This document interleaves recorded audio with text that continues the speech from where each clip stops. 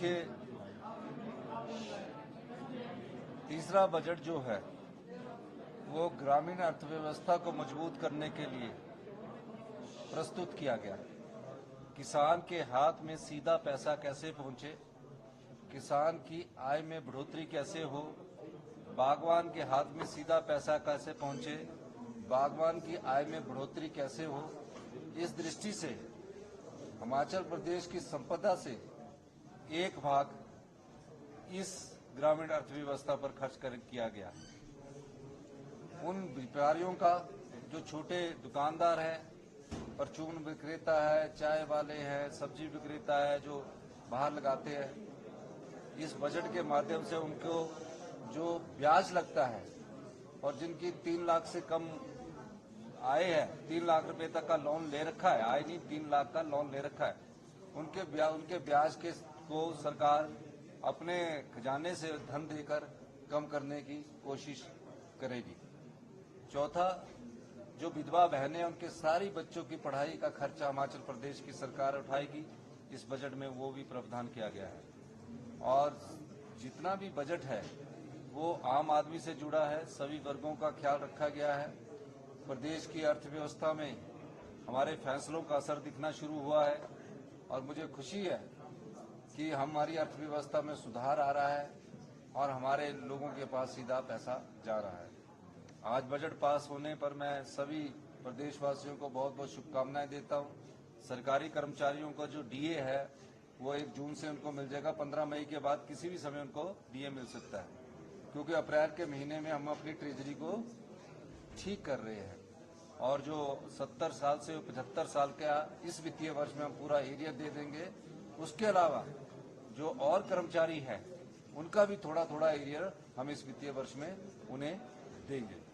ये सभी लोगों से संबंधित का बजट है।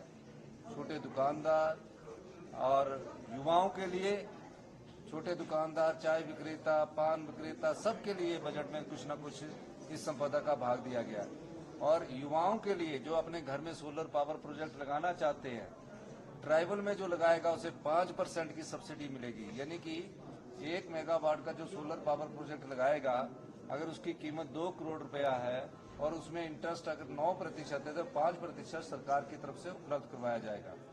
1000 बसेज अगर वो इलेक्ट्रिकल लेता है तो 40% की सब्सिडी मिलेगी, और अगर डीजल बसेज भी लेता है 1000 बसेज युवाओं को दी जाएगी, जिसमें 30% की सब्सिडी इस बजट के माध्यम से दी जाएगी। और जो अपनी टैक्सी है, जिसकी एक टैक्सी है, वो अपनी टैक्सी को इलेक्ट्रिकल में कन्वर्ट करना चाहता है और उसका प्रोफेशन अगर गाड़ी चला रहा है, ये नहीं कि होटल वाला है कोई तो उसके द्वारा होगा, तो उसको भी हमने बोला है कि अगर आप अपनी टैक्सी को इलेक्ट्रिकल करना चाहते हैं तो 40% की सब्सिडी उनको दी जाएगी।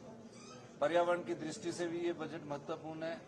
और इस बजट में हमने कई चीजों का उल्लेख किया है जो आपने पढ़ा होगा, और मैं सभी पत्रकार बंधुओं का भी धन्यवाद करता हूं कि आपका सहयोग मिलता रहा है, यही मैं कहना चाहता हूं। देखिए, रिसोर्स मोबिलाइजेशन की तो हमारे हाथ में जो चल रहा है, लेकिन जो हिमाचल के अधिकार है, जो हिमाचल के अधिकारों पर कुंडली बैठ के जो बड़े बड़े उपक्रम बैठे हैं, उनको हिमाचल के लोगों के हित की बात सुननी चाहिए। बैरासूल प्रोजेक्ट है, एनटीपीसी के और प्रोजेक्ट है जो 40 साल पूरा होने के बाद भी हमें अभी बिजली की रॉयल्टी की बढ़ानी चाहिए या बिजली में हमारा वो प्रोजेक्ट वापिस आने चाहिए। मैं इस बारे में माननीय केंद्रीय ऊर्जा मंत्री से बात करूंगा और अनुरोध करूंगा कि हमारी संपदा पानी है, पानी बहता हुआ सोना है। उस सोने से बड़ी बड़ी कंपनियां तो 67,000 करोड़ की बन गई।